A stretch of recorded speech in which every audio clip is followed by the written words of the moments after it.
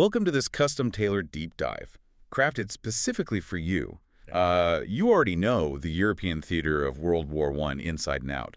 I mean, if I say 1914, your mind probably goes straight to, the Somme, the muddy trenches of France, the stalemate in Belgium. But today we're diving into a geopolitical blind spot that completely rewrote modern warfare. We are exploring a massive, heavily fortified, really high-stakes battle of the First World War that didn't happen anywhere near Europe. It happened in China. Right, which is a profound departure from our traditional, very Eurocentric view of the conflict. Because when we shift our focus to the Pacific, we see a completely different type of war emerging. Yeah, and we have a really fascinating stack of excerpts today from a detailed historical article on the Siege of Tsingtao. So our mission for this deep dive is to extract the most critical insights from this 1914 clash between Japan, Britain, and Germany. And we're going to explore why this specific, often forgotten siege is just packed with incredible military firsts that really set the stage for the rest of the 20th century. Okay, let's unpack this. How does a major World War I siege end up happening on the coast of the Shandong province? Well, to understand the sheer scale of what unfolds here, we really have to look at the late 19th and early 20th centuries. This was an era defined by aggressive imperial expansion. Right. You had the scramble for Africa, but there was an equally intense scramble for influence in China. European powers, along with the U.S. and Japan, were actively interfering in local Chinese affairs, essentially carving the map into spheres of influence. It was a very delicate, highly combustible balance of power. And the spark that eventually ignites this specific region happens well before the World War even begins, right? Yes, exactly. The specific catalyst outlined in our sources occurred in 1897. During an event known as the Jew Incident, 2 German missionaries were killed in China. Wow. And Germany used this as the perfect geopolitical pretext. In response, they essentially forced the Chinese government to hand over a 99-year lease on a territory called Jiaozhou Bay. And they didn't just set up like a small trading outpost either. I mean, from the descriptions in the text, they completely transformed the area. They engineered a fortress. Germany built up the city and the port of Qingdao, or Tsingtao, as it's often spelled in historical documents. And they just poured immense resources into turning it into the heavily fortified home base for the German Imperial Navy's East Asia Squadron. Well, that's massive. Yeah, this wasn't just about trade. This was Germany firmly planting its flag and creating a strategic stronghold to project naval power across the entire Pacific Ocean. Which I can imagine the other global powers operating in Asia weren't exactly thrilled about. Yeah. Germany building a massive, state-of-the-art naval fortress right in their backyard. Oh, they viewed it with deep, abiding suspicion. Britain countered by leasing their own naval port and coaling station nearby at Weihaiwei. Russia leased Port Arthur. France secured Guangzhou. So it's just getting packed. It became an incredibly crowded, tense neighborhood where everyone was heavily armed and watching each other constantly. But if we connect this to the bigger picture, World War I wasn't just a European conflict. The assassination in Sarajevo instantly triggered a global chess match. Because 12 years earlier, in 1902, Britain and Japan had signed the Anglo-Japanese Alliance, which Japan initially saw as a deterrent against their main rival at the time, which was Russia. But that piece of paper is the trigger for what happens in Qingdao. Because when war officially breaks out in Europe in August 1914, Britain realizes they need help securing the eastern sea lanes, and they call on Japan to honor that alliance. Exactly, which sets the stage for an immediate, massive escalation far beyond Europe's borders. The speed at which this localized European conflict becomes a Pacific war is staggering. It really is. The clock starts ticking almost immediately. On August 15th, Japan issues a formal ultimatum to Germany. They demand that Germany withdraw all its warships from Chinese and Japanese waters. But the real kicker is that they demand Germany hand over complete control of the prized port of Qingdao. And they gave them a very narrow window to comply. The ultimatum was set to expire on August 23rd. Yeah, and knowing what we know about the German Empire at the time, they weren't exactly about to quietly pack up and abandon their crown jewel of the Pacific.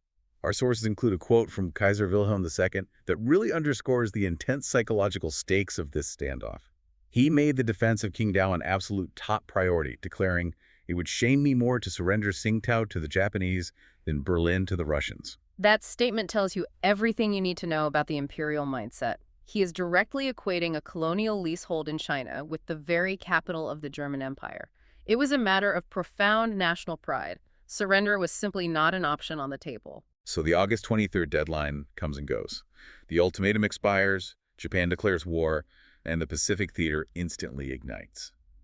Let's look at the actual forces lining up for this confrontation, because the asymmetry described in the text is just striking.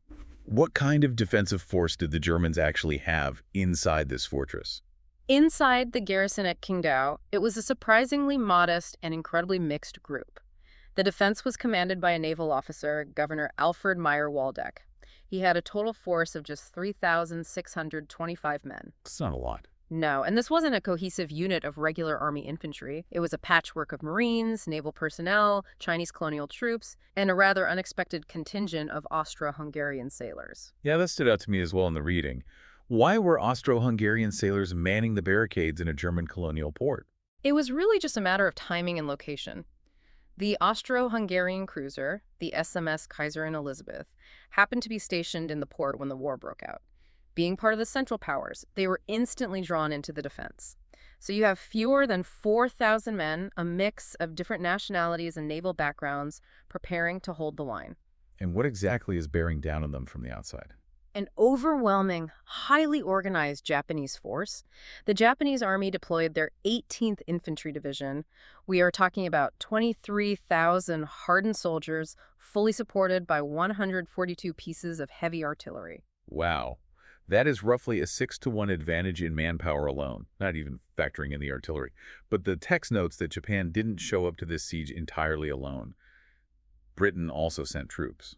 Though, reading between the lines, it doesn't sound like they were there to be helpful battlefield allies. It was a highly cynical political deployment. The British government, despite being the one to invoke the alliance with Japan in the first place, was actually deeply anxious about Japan's long-term imperial ambitions. They feared Japan would use the siege as a convenient excuse to seize vast swaths of Chinese territory for themselves.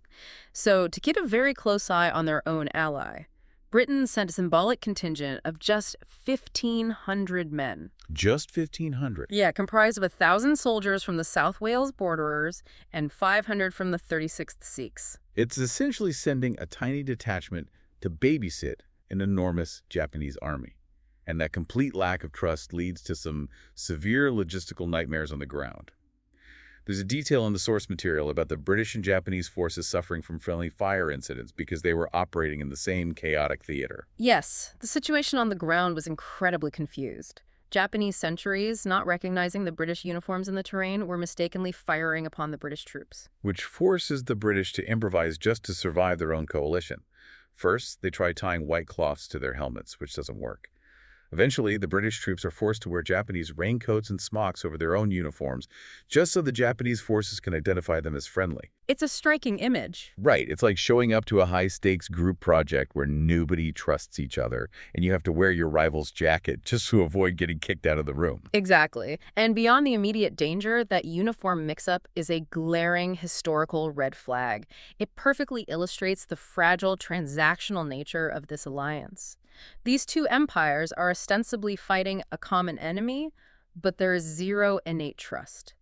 It really foreshadows the eventual breakdown of the Anglo-Japanese Alliance and hints at the shifting power dynamics that would completely consume the Pacific during the Second World War. Here's where it gets really interesting, because while this tense political drama is playing out in the mud, in the skies directly above them, the entire future of warfare is being written.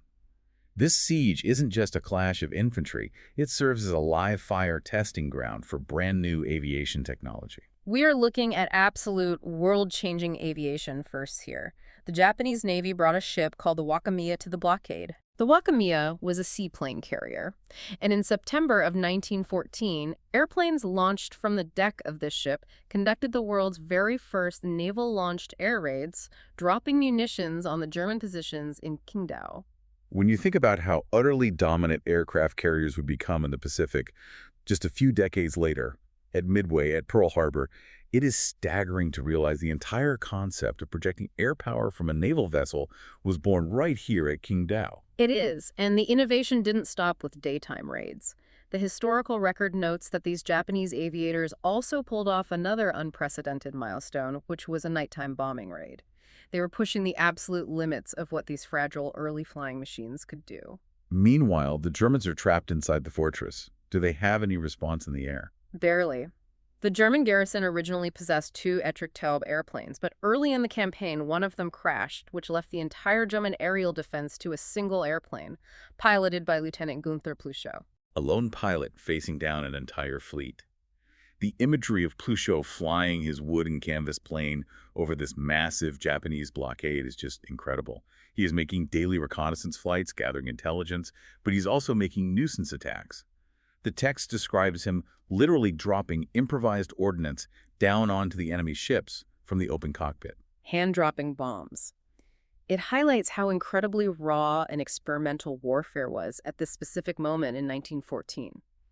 There's a detail in the text regarding Plüschow that almost defies belief.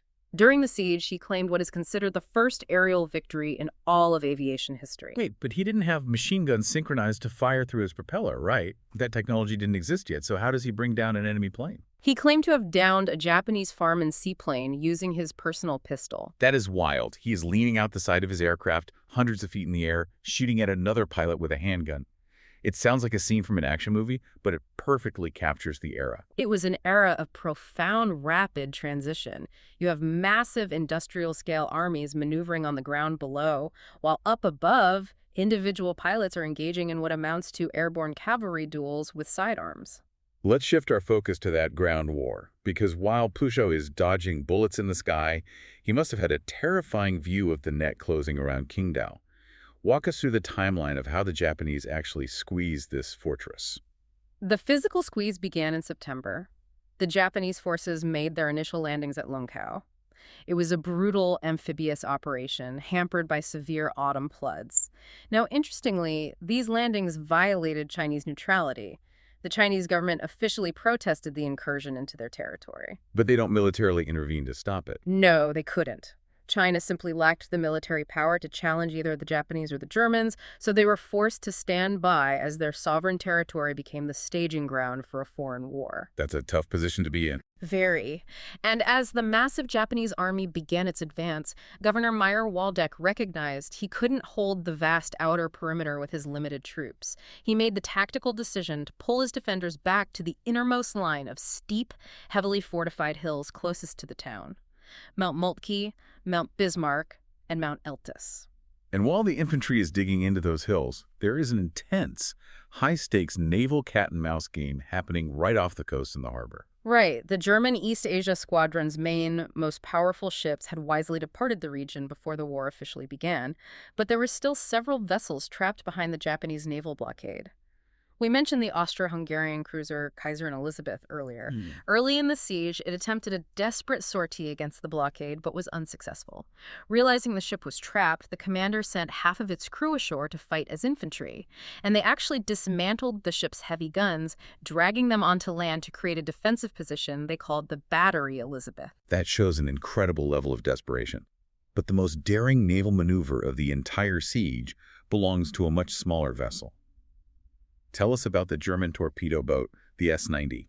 On the night of October 17th, the S-90 managed to silently slip out of the blockaded harbor under the cover of darkness.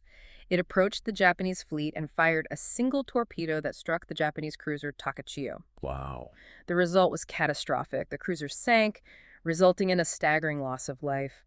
271 Japanese officers and men were killed. A devastating blow. But the S-90's victory is short-lived, isn't it? It was a suicide mission in practical terms.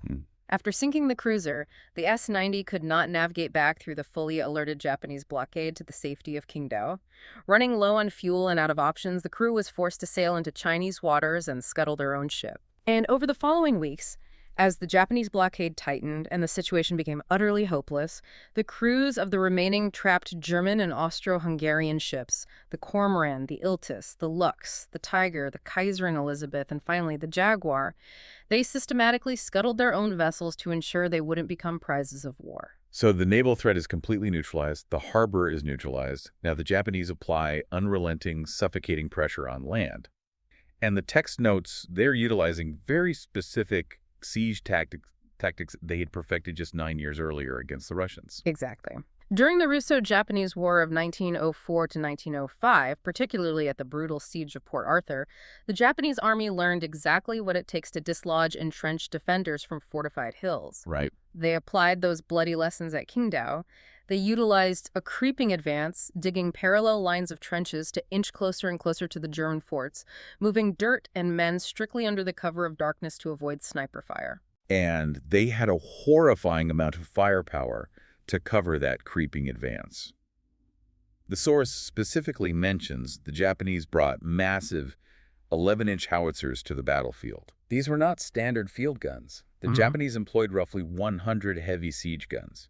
The text notes they fired around 1,200 shells per gun. That is 120,000 massive high-explosive artillery shells raining down on a very concentrated area. Exactly. These howitzers fire at high trajectories, meaning the shells drop almost vertically into the trenches, vaporizing concrete bunkers and shattering the psychology of the defenders day and night. The psychological toll of being trapped under a bombardment of that scale, knowing there is no reinforcement coming, is hard to fathom. The Germans tried to return fire using the heavy coastal guns of their port fortifications, but you can only shoot the ammunition you have stockpiled. By early November, the situation reaches a breaking point. The logistical reality set in. The German defenders ran entirely out of artillery ammunition. The massive guns fell silent. It became a waiting game for the final assault. Surrender was now inevitable.